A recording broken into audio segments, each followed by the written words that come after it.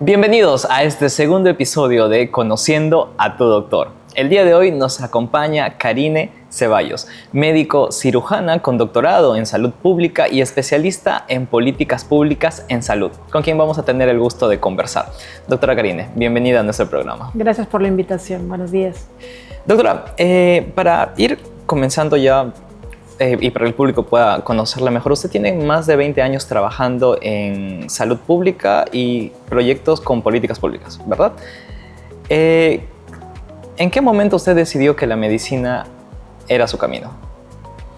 Es una buena pregunta porque realmente yo postulé porque quería ser bióloga, me interesaba mucho la biología y de hecho ingresé a biología en el primer intento.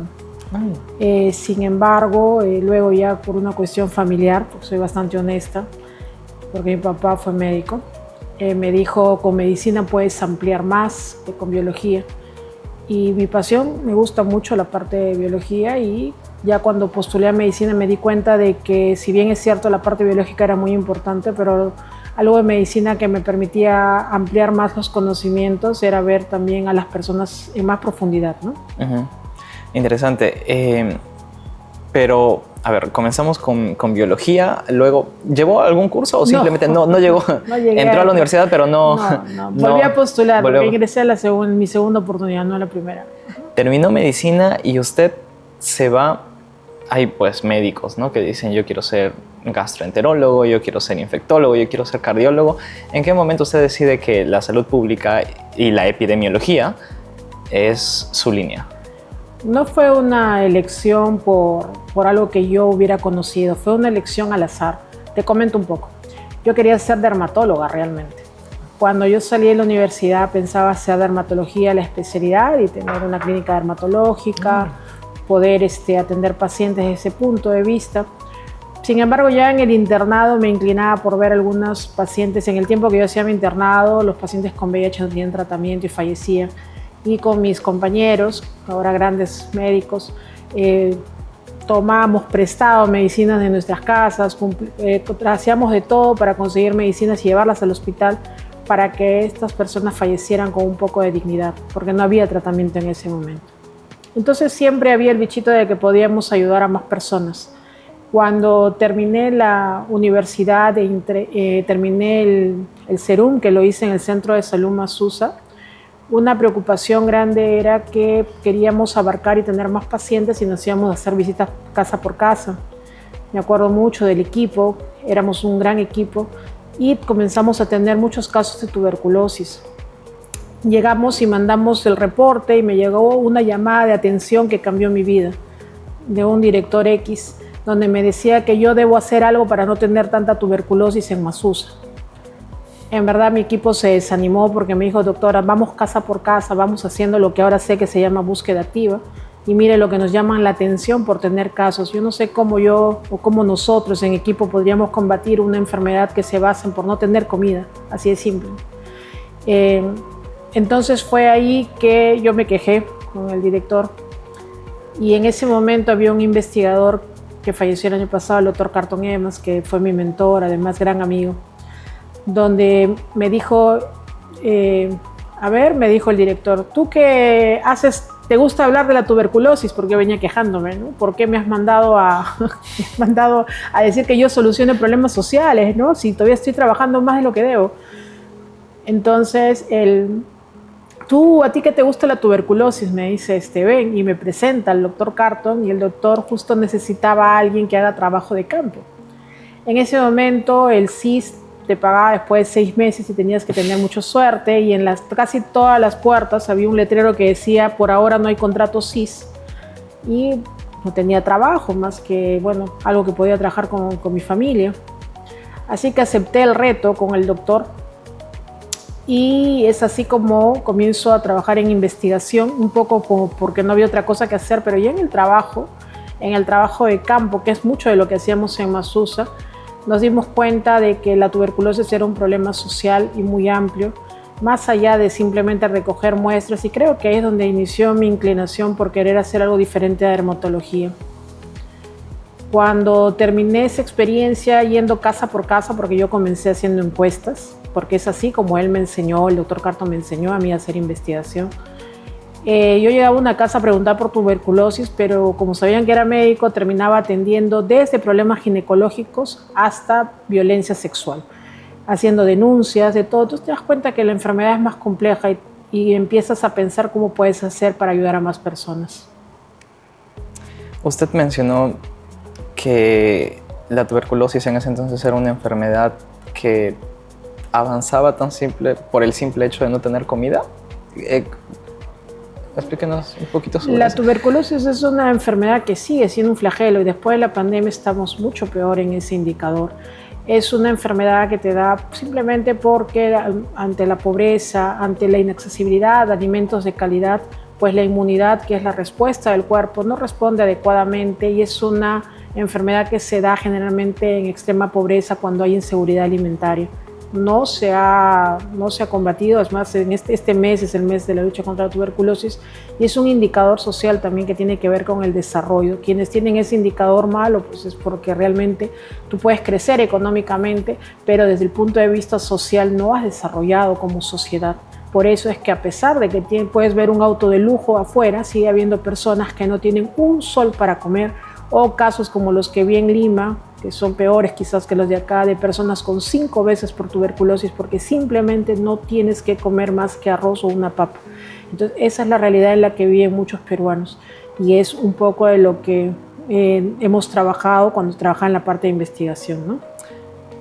Tendremos tal vez una idea de, brevemente, si es que se tiene, de cuántos, no sé, de 10 personas, ¿cuántas podrían por ahí estar contagiadas con tuberculosis? Bueno, son fases diferentes, ¿no? No quiero ahondar, no es motivo de esta entrevista la tuberculosis, pero casi todos estamos infectados. ¿Por qué? Porque vivimos en un ambiente donde hay muchos casos de tuberculosis, entonces todos tenemos un pequeño complejo que se llama que viene al pulmoncito y se queda. Pero quienes desarrollan esta enfermedad desde el 2 al 5%, si tienes inmunosupresión, llámese VIH, pues será el 10%, pero ¿quiénes son esos poquitos que desarrollan? Son los que viven en extrema pobreza, porque la inmunidad disminuye cuando uno no tiene una alimentación segura. Doctora, para que el público pueda conocerla más a profundidad, usted ha trabajado en instituciones como el MINSA, el Instituto Nacional de Salud y también organismos internacionales. Dentro de toda esta amplia experiencia profesional, ¿cuál ha sido uno de los proyectos más desafiantes que le ha tocado vivir? Quizás mi experiencia al inicio con los proyectos que están relacionados a tuberculosis, porque realmente es una enfermedad que se enfrenta a retos muy grandes en la sociedad, como que tienen que ver la pobreza y la inseguridad alimentaria. Y parte de mi trabajo es hacer trabajo de campo, ¿no? O sea, ir a la casa, hablar con las personas, ver el tratamiento.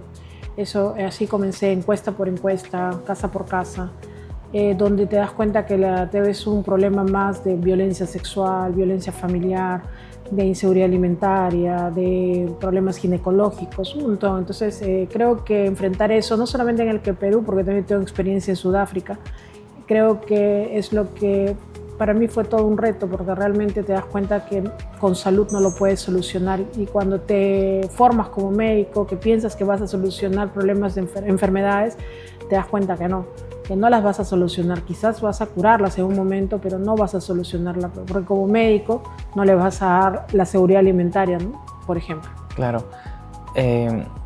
Dentro de su trabajo, pues la parte más importante es crear las políticas públicas en salud, ¿verdad?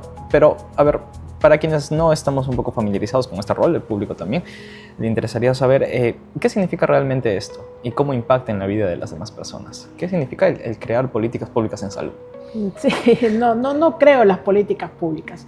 Las políticas públicas, la definición de una política pública viene a ser la ruta que quiere seguir. Por ejemplo, un político, una persona que está a cargo de gente, llámese un director, da la ruta. Por ejemplo, quiero agua para todos, quiero fin de la anemia, quiero fin de la tuberculosis, fin de la malaria. Es la ruta, es la política que yo voy a seguir, que debería estar definido en 10 o 20 años, ¿no? Desde la gestión pública haces que esa política se vuelva realidad, tomando esa idea y usando herramientas de gestión para que se utilicen. Dentro de para generar políticas como para gestión pública, tú necesitas tener evidencia.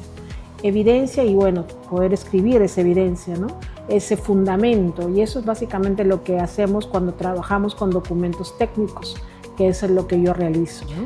Y eso nos lleva a una parte clave de su trabajo, el que usted ha sido partícipe en la creación de 2 notas conceptuales en el Fondo Mundial, perdón.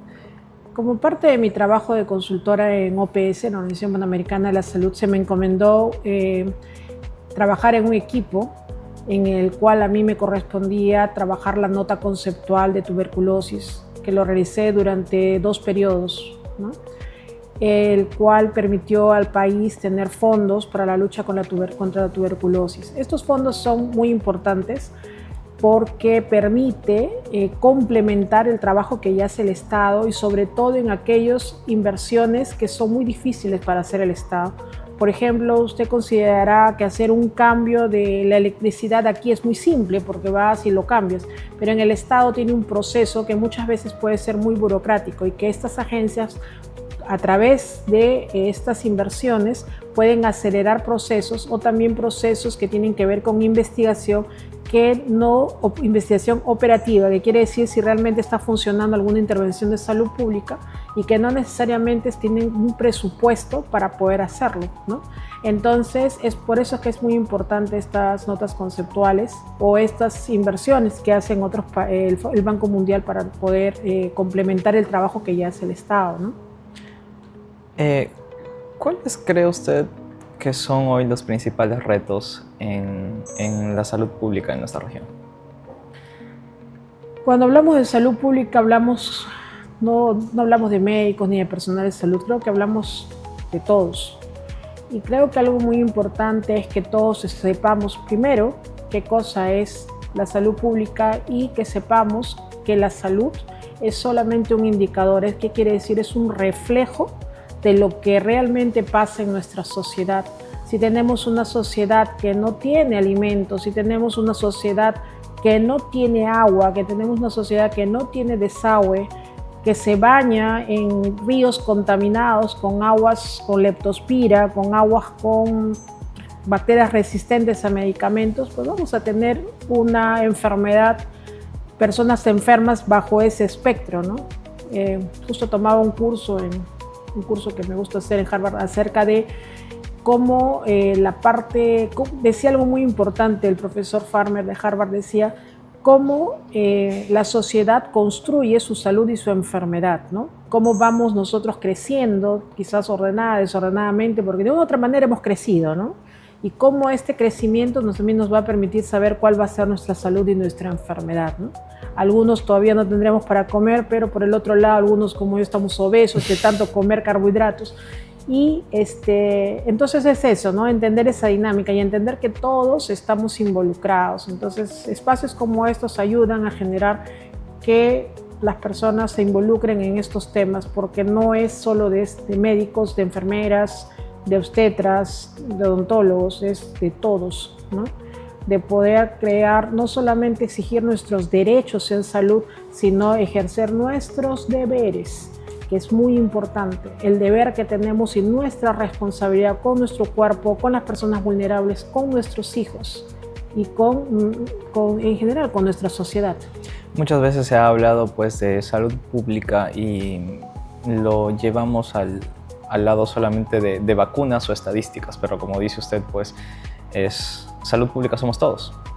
Desde que botas una colilla de cigarrillo al piso, desde que dejas la basura fuera del lugar, desde que decides botar por el inodoro una pastilla que ya no usas, desde que decides arrojar a tus animales a la calle, desde que decides construir donde no debes, desde que decides tener hijos sin planificarte, creo que estás afectando de una u otra forma la salud. Hemos pasado temporadas como el COVID-19. Usted nos viene hablando de la tuberculosis desde muchos años atrás, la malaria, que también dengue, que también son otros de los problemas en nuestra región. ¿Qué hemos aprendido como sistema de salud después de todas estas experiencias?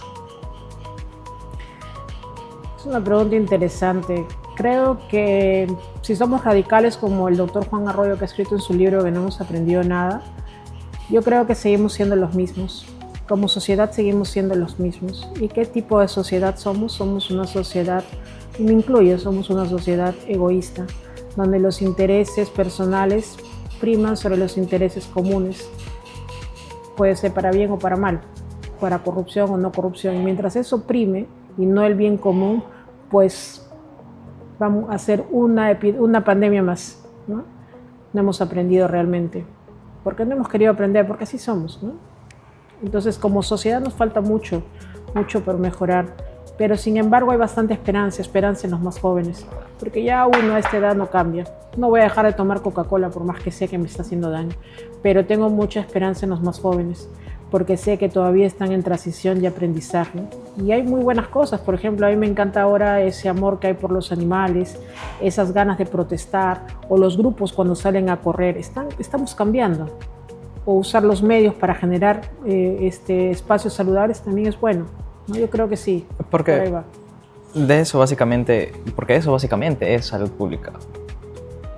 Brevemente, prevención de enfermedades y promoción de salud. Rapidito, no sé si puede detallarnos un poquito sobre esto. O cómo es que todos podemos ser parte de esto. Realmente todos. Promocionar es simplemente cuando todavía no existe, ¿no?, la enfermedad, promocionar hábitos, por ejemplo, saludables. Como el hábito de correr, que dijo usted, que ahora se está... Sí, que es muy bueno. El hábito de leer las etiquetas de los alimentos, el hábito de hacer mayores ejercicios, qué sé yo. Esos son promocionar la salud y promocionar en todos los espacios, ¿no? Cuando hablamos de prevención, ¿qué quiere decir? Que ante un daño ya lo que queremos nosotros es evitar de que pase o controlarlo. Llámese utilizando vacunas, suplementos nutritivos, llámese consultas previas, por ejemplo, tratando de identificar el bullying para prevenir suicidios, por ejemplo, tratando de ver qué daños se puede dar en la población para prevenirlos, sabiendo que existen, para que eso no desencadene, llámese en una enfermedad o en algo peor, ¿no? Hace poco, doctora, hemos conmemorado el Día Internacional de la Mujer y hace no mucho también se conmemoró el Día de la Mujer Médica. Uh-huh. ¿Qué tan desafiante ha sido para usted ser mujer y abrirse camino en la medicina? Es una pregunta muy interesante y muy personal. Hasta que tuve 39 años, cuando salí embarazada, mi vida era muy sencilla, porque trabajaba, digamos, como un hombre, ¿no? Sin hijos, sin esposo, sin nada, sola. Entonces no tenía la responsabilidad de una familia. Cuando quedé embarazada, todo eso cambió. Cambió porque me di cuenta que no había un lugar donde yo podía dar de lactar a mi hija, tenía que ir al baño a hacerlo. Me pasó de que cuando quise vacunar a mi bebé, me descontaron un día completo cuando pedí permiso porque me dijeron que eso no tenía nada que ver con las actividades de mi trabajo, y yo no sabía cómo hacerle entender que en salud en las tardes no vacunan, es en las mañanas, y además yo tengo que estar con mi hija porque ella va a llorar, ¿no? O sea, tengo que darle la teta.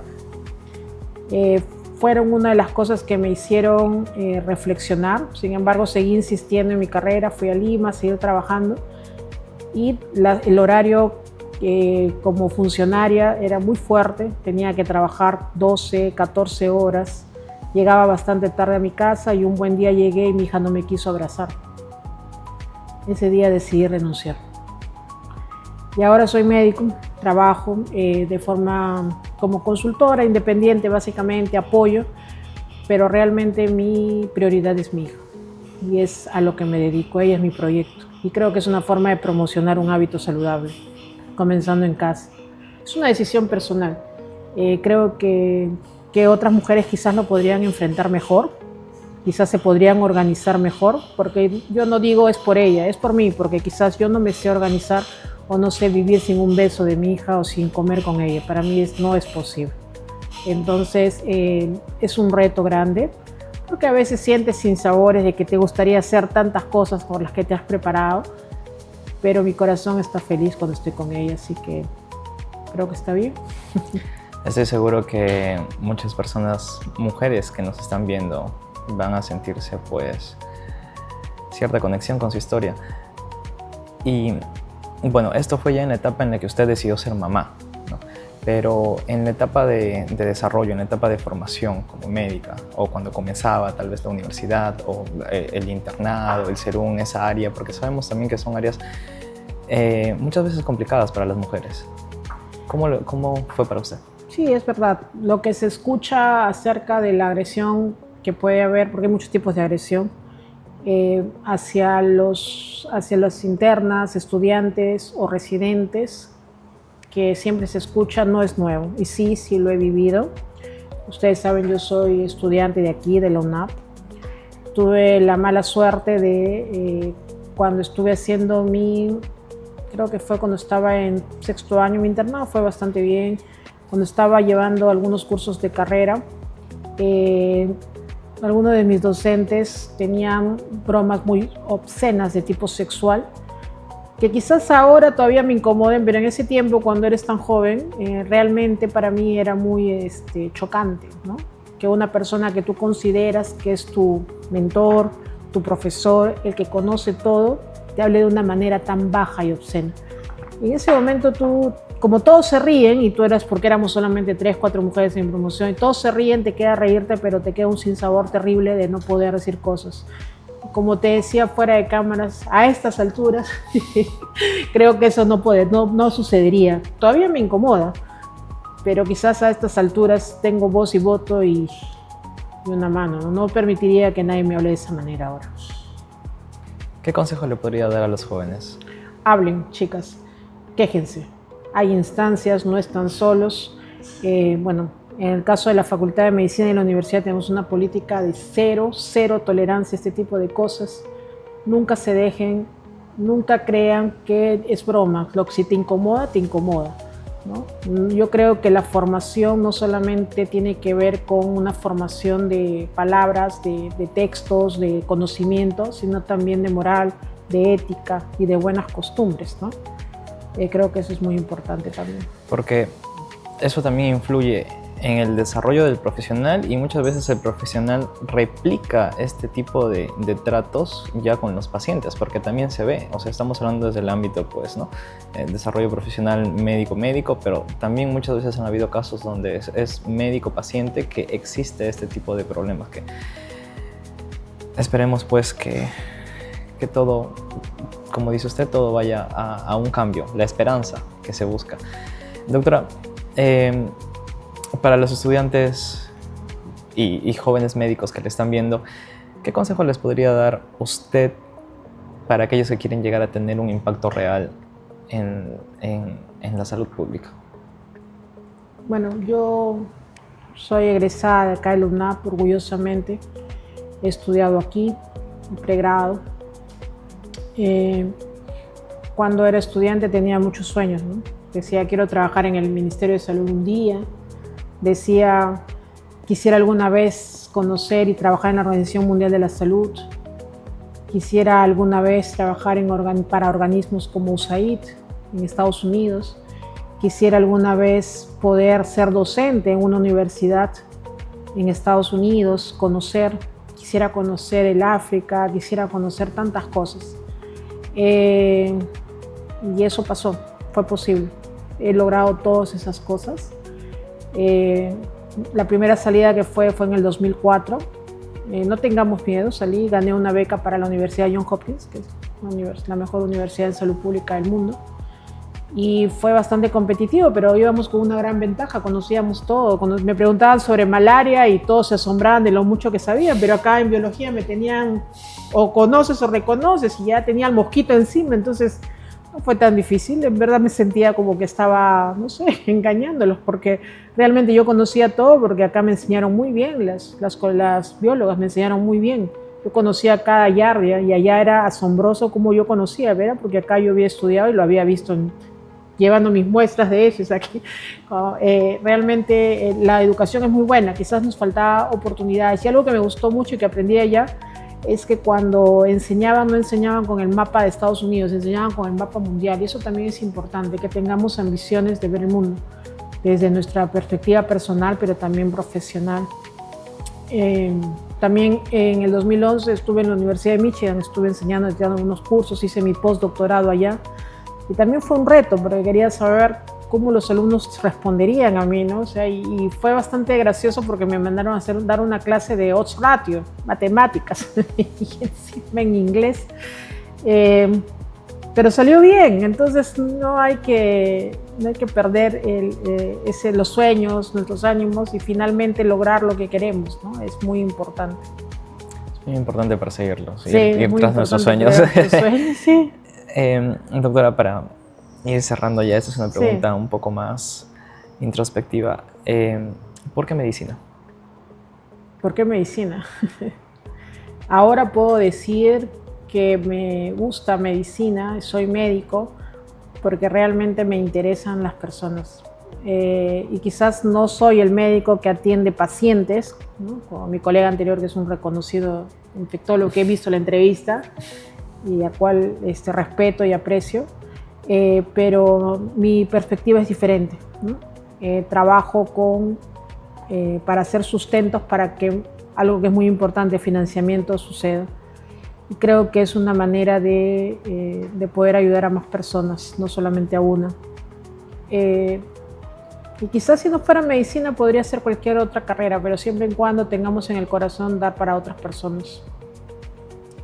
Doctora, muchas gracias por compartirnos su experiencia y sobre todo por lo que hace en beneficio de las demás personas desde su carrera. Gracias. Muchísimas gracias por estar con nosotros el día de hoy.